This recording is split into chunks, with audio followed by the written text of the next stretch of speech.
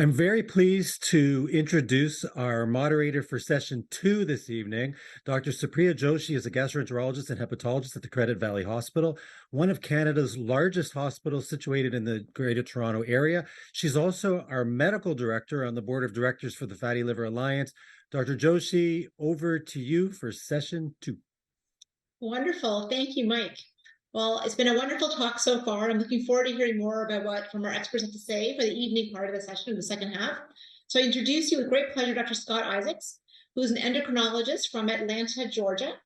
And he is the co-chair of the AAC guidelines for the diagnosis and management of NAFLD and a member of the executive committee for the American Association of Clinical Endocrinology.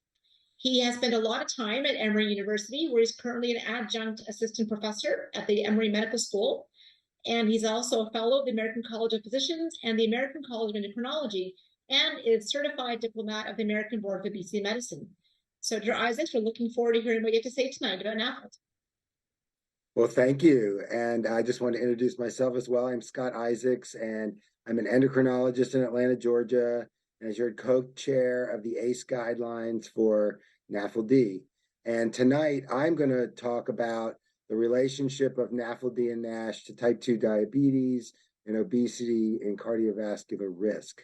And I wanted to thank Dr. Supriya Joshi and Michael Batel and the Fatty Liver Alliance for inviting me to speak this evening and for organizing this program, because primary care is the front line for NAFLD. And NAFLD is now the most common cause of chronic liver disease and soon to become the #1 indication for liver transplant. And in endocrinology and primary care, we see these patients every day because NAFLD is the hepatic manifestation of the metabolic syndrome, as you've been hearing. And our patients with obesity and insulin resistance, diabetes, and dyslipidemia almost always have a fatty liver, even if their liver enzymes are normal. In fact, 20% of patients with type 2 diabetes have undiagnosed liver fibrosis or cirrhosis. So think about the last 5 patients you saw with type 2 diabetes. One of them probably had some liver fibrosis. Next slide. So I know it's been said a lot this evening, and that's the whole purpose of this talk, is that this connection with NAFLD and the metabolic syndrome, but essentially it's considered the hepatic manifestation. And a lot of people would also say it's the hepatic complication of type 2 diabetes.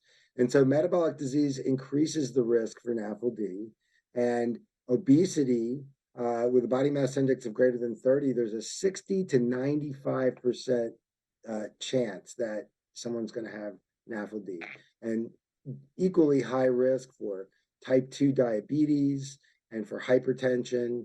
And if you have 2 or more features of metabolic syndrome, there's a 90% chance of having NAFLD. And even if you have cardiovascular disease, there's a 69% chance. And so really these are conditions that are occurring simultaneously, and a lot of times the treatments are also the same. And so we just want to try to consider that in the holistic treatment of our patients. Interestingly, 7 to 20% of patients with NAFLD have what's called lean NAFLD or NAFLD with normal body weight. And I wanted to emphasize lean NAFLD in the talk today because it's a good example of insulin resistance and lipotoxicity, because just because it's called lean NAFLD doesn't mean everything is normal. In fact, lean may be a misnomer, because although the body mass index is normal, these patients are not normal. And almost all the patients with lean NAFLD have a high waist circumference. Less than 1% have a normal waist circumference.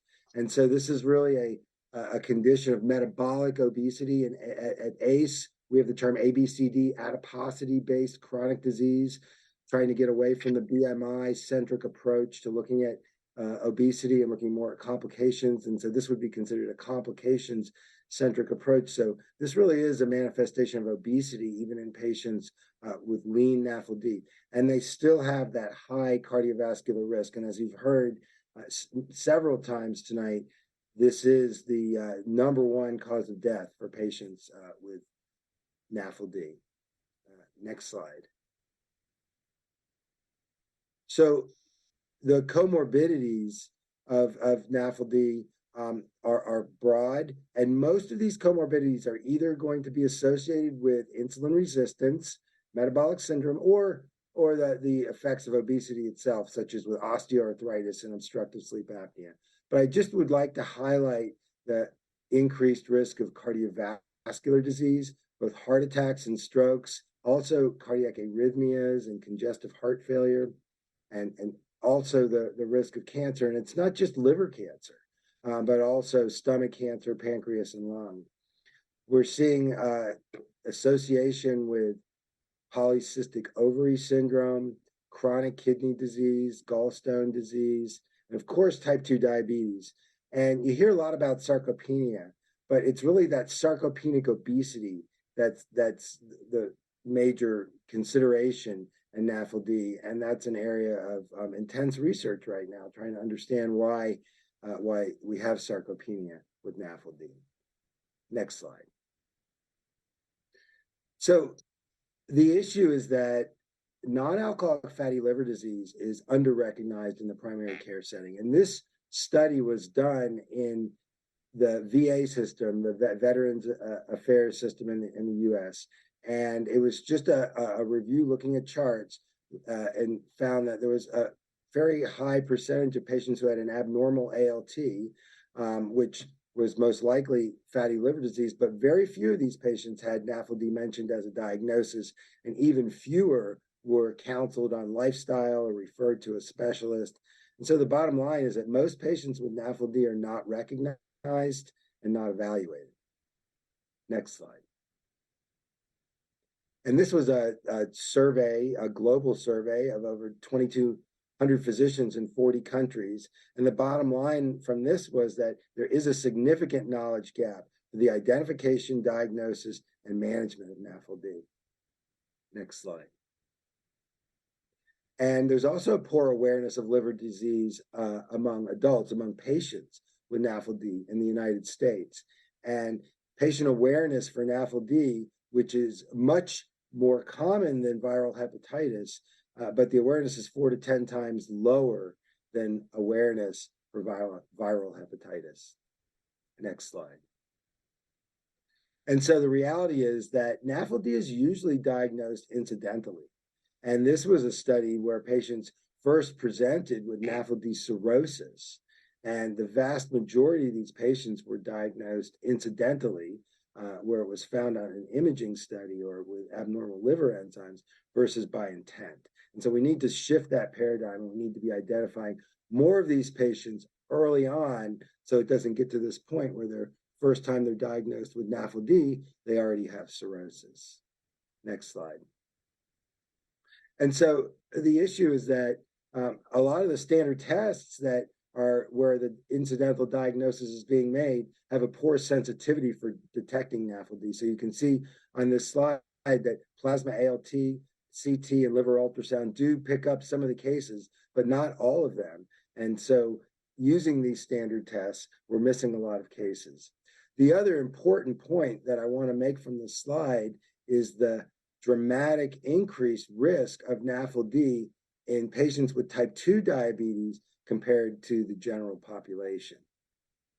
Next slide.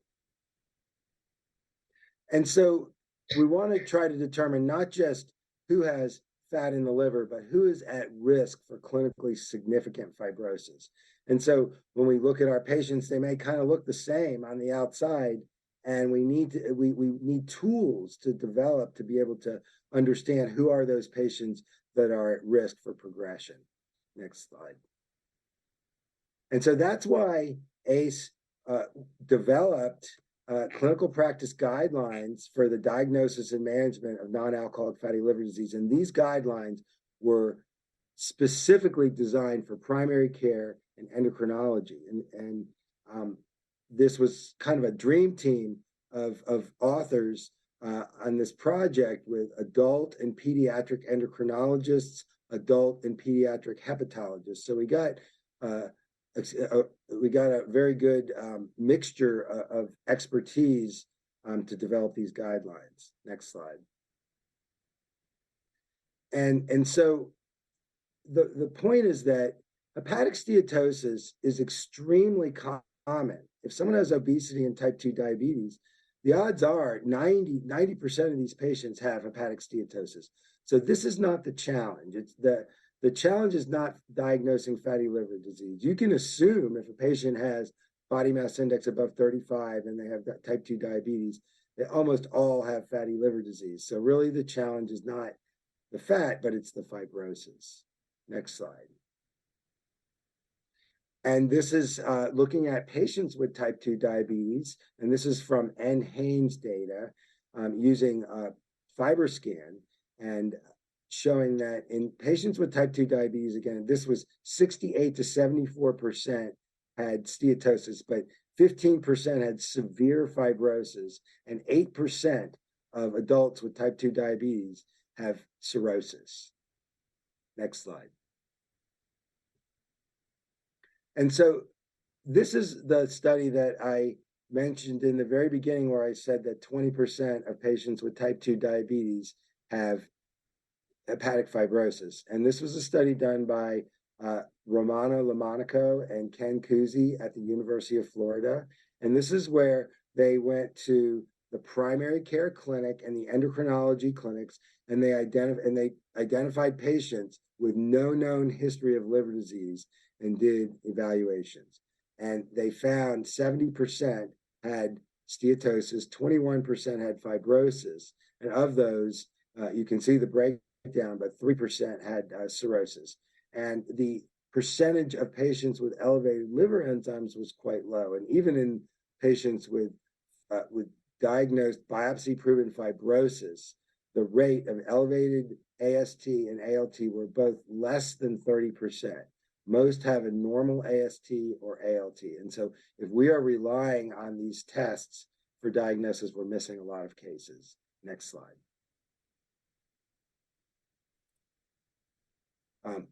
And so the other important point to consider is that type 2 diabetes and NAFLD are mutually detrimental. One makes the other worse.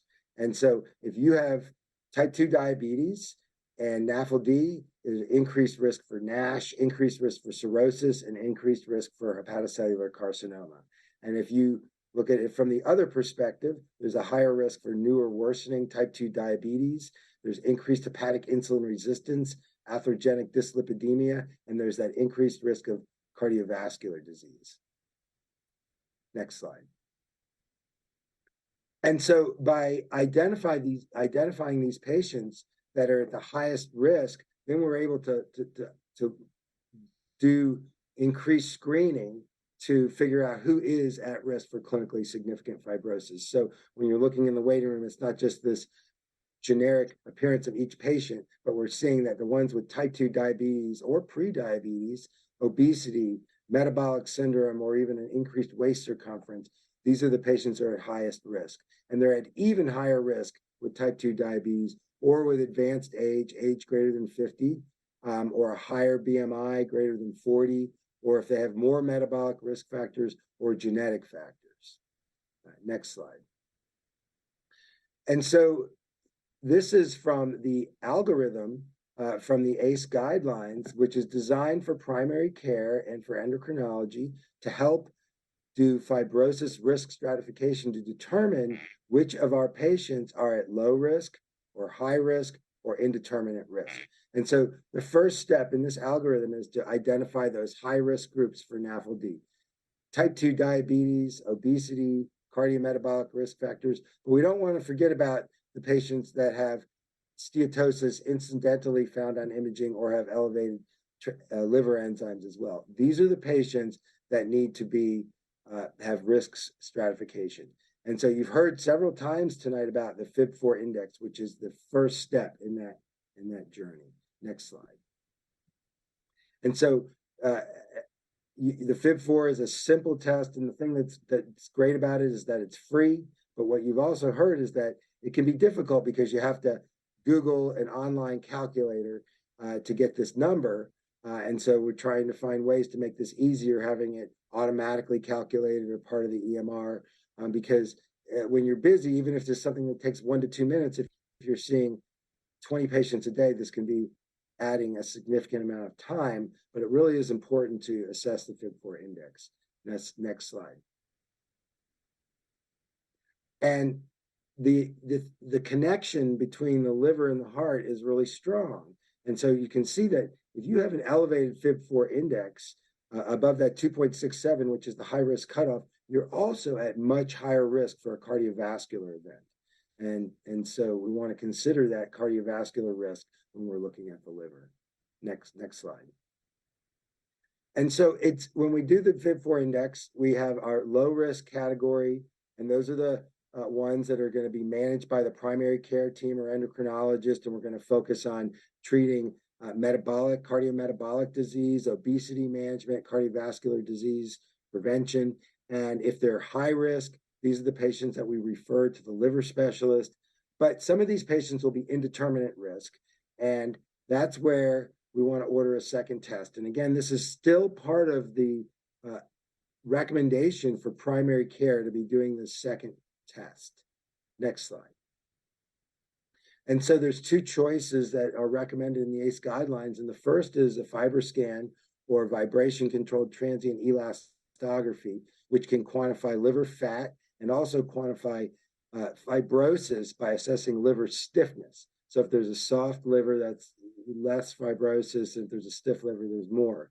And so we can use the numbers from this liver stiffness measurement to assess low, indeterminate, or high risk. The problem is that this is not available to everybody. This is a point of care test, and it may be difficult if you don't have access to this test, even though the test itself is relatively affordable. Next slide. And so the second option for doing fibrosis risk stratification is a blood test. And in the US, the FDA approved the ELF test, Enhanced Liver Fibrosis, last year. It was approved for prognostic risk assessment in patients with NASH at risk for advanced fibrosis because it reflects the severity of active liver fibrosis. And it combines 3 biomarkers of fibrosis to give a score. And although it was approved for risk assessment in patients with fibrosis, in the ACE guidelines, we also recommend using the ELF as a second non-invasive test for diagnosis. Next slide. And so the ELF score predicts liver-related events very nicely. And if you just look at the bottom 2 lines, really having an ELF score of greater than 9.8 is pretty high risk for liver-related events. But if you're greater than 11.3, it's very high risk. Next slide. And so if the patient, once you get down to that second test, if you still have an indeterminate score, we recommend referring to the liver specialist at that point for further risk stratification. And again, the high-risk patients also would be referred, but we keep those low-risk patients and manage them through lifestyle modification and focusing on weight loss. Next slide. And so this is also from the management algorithm from the ACE guidelines. And I would just point you to the right upper quadrant, which is showing the treatment of prevention of cardiovascular disease and prevention of cirrhosis. And this is primarily focused on managing obesity, diabetes, hypertension, and atherogenic dyslipidemia. And so it's really the simultaneous management of these conditions is what we use to prevent cardiovascular disease and cirrhosis. Next slide. And so you've heard this before in several different ways, but I just want to emphasize the importance of weight loss in the treatment of NAFLD. We've got to get the fat out of the liver, and to do that, it's through weight loss. And so a little weight loss, you get a little benefit, and more weight loss, you get more benefit, but you really want to have a minimum of 10% weight loss to start seeing resolution of fibrosis. So that's going to be our goal, is at least a 10% weight loss. Next slide. And so here's some of the lifestyle recommendations for NAFLD. And I know you've heard a lot of this already this evening, but I can't emphasize it enough because lifestyle is the hallmark of treatment. And we always want to start with lifestyle. And so when it comes to diet, the key is it has to be a caloric deficit. We can customize the macronutrients, the carbohydrates, the proteins, and the fat. We want to avoid the extremes, more of a balanced diet, but it doesn't have to be the same for each patient. You want to make it so it works for them, so they can have a permanent lifestyle change. There is good data showing the Mediterranean diet is beneficial for NAFLD, and the quality of the food really matters. So we want to limit the consumption of foods that are bad for the liver. And you've already heard about this, but I also want to emphasize that fructose is very toxic to the liver. And remember, table sugar or sucrose is 50% fructose. So it's that high fructose corn syrup and foods that are high in sugar. And this is because fructose causes hepatic insulin resistance, it causes inflammation in the liver, and it increases de novo lipogenesis in the liver. And so the fructose is really considered one of the bad foods to really stay away from. Exercise, also very important. You heard a lot about that in the previous talk. But sleep is also important. And there is a study that showed that patients that take naps have increased risk of NAFLD. And also remember to evaluate for sleep apnea, which is associated with NAFLD. So if our patients are having symptoms like fatigue, daytime sleepiness, snoring, morning headaches, hypertension that's difficult to control, we want to think about evaluating for sleep apnea.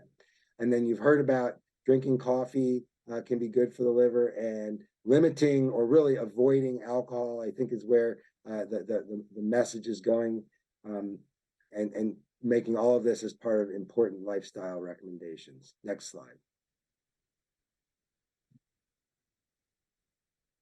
Next slide. And so I just wanted to say a few words about diabetes medications that are beneficial for NAFLD. We don't have any medicines that are approved, FDA approved, for treating NAFLD yet, but there is data on diabetes medications. And so I wanted to start with pioglitazone because it has some very good effects on the liver. And this is one of many studies showing this beneficial effect with resolution of NASH. And this was in patients with pre-diabetes, but as well as type 2 diabetes. Next slide. And there are a lot of benefits to pioglitazone. Besides the resolution of NASH, it also decreases lipotoxicity and insulin resistance. It reduces visceral fat and ectopic fat. It improves dyslipidemia and can prevent type 2 diabetes. There is some risk. There can be some weight gain. Pioglitazone actually can work in the hypothalamus and can increase appetite. But it turns out that the weight that's gained is a metabolically healthy fat, and the people that gain more weight actually have more benefit. So it's kind of a conundrum. But when pioglitazone is combined with medications that help with weight loss, such as a GLP-1 agonist, the weight gain is 0, or they may even lose weight. There can be some edema with. Okay, I'm running out of time. Okay, well, let's just, I thought I had 5 more minutes. All right, well, let's go on and let's go to the next slide. There also is some benefit from, can we go ahead to the next slide? There's some data with semaglutide showing resolution of steatohepatitis, no worsening of fibrosis. Next slide. And also some data with tirzepatide showing reduction in liver fat. Next slide. And then the SGLT2 inhibitors, there's also some data showing that these can be beneficial. Next slide. Statins are not approved for the treatment of NAFLD, but they are recommended because of the high risk of cardiovascular disease. So the take-home message is that statins are safe for NAFLD, even when patients have mildly elevated liver enzymes. So don't stop the statin just because they have elevated liver enzymes. Next slide. And so that's why statins are recommended as first-line therapy in the ACE guidelines. Next slide. And then bariatric surgery is also very effective, showing excellent resolution or prevention and adverse liver outcomes. Next slide. And that's why bariatric surgery is also recommended as a treatment in the ACE guidelines. Just want to avoid bariatric surgery and decompensated cirrhosis. Next slide. And so just to conclude, I want to emphasize what we've heard earlier, that this is really something that requires a multidisciplinary team, especially in our high-risk patients. Next slide. And so the primary care, we are focusing on screening our high-risk patients and managing cardiometabolic disease, and we're going to refer our patients to the hepatologist who are at high risk or have diagnostic uncertainty where they can manage liver disease, consideration for liver biopsy, and screening for hepatocellular carcinoma and varices. Next slide. And so I just wanted to leave you with these take-home messages that NAFLD is a global pandemic now, and endocrinology and primary care are ground zero. The entire spectrum of NAFLD is underdiagnosed, and so we really want to try to identify our high-risk patients using the FIB-4 and using sequential non-invasive tests to clarify the indeterminate scores. And we want to treat, focusing on prevention of cirrhosis and managing cardiovascular, cardiometabolic disease. And those high-risk patients especially need the team approach with a hepatologist, endocrinologist, and primary care doctor. Next slide. So thank you very much for having me, and I am very grateful for you inviting me to this seminar.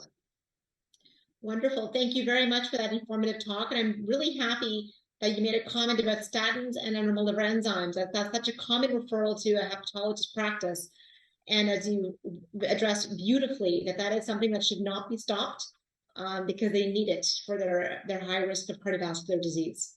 So in the interest of time, I'll thank you for your talk, Dr. Isaacs, and we'll move on.